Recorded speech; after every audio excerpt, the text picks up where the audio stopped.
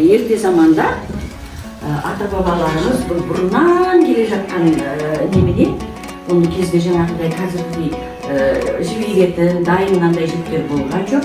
Мынандай ұршық деген зат болған.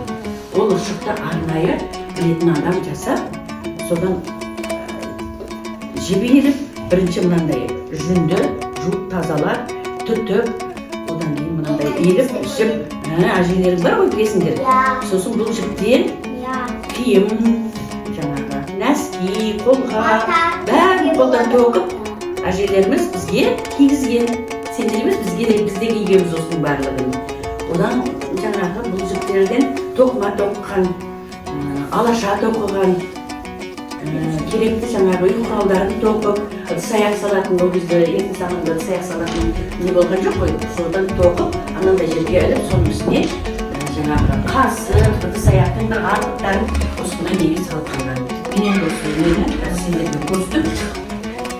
Мен мына жүнді біз бүйтіп күтіп аламыз, әдеміне болмайды. Үйдің үшін әдемі болу керек. Кейде бұдырсыз әдемі не болады.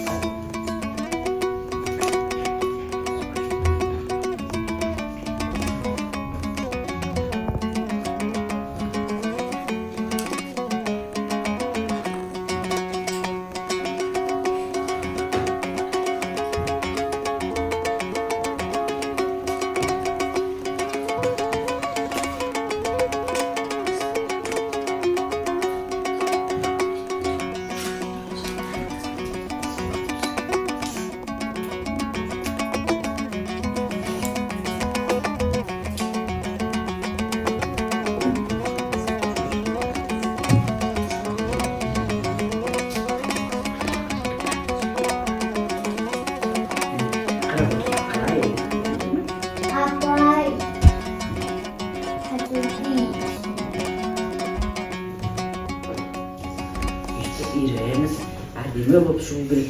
Сонда тоқылған затымыз да өте әдемі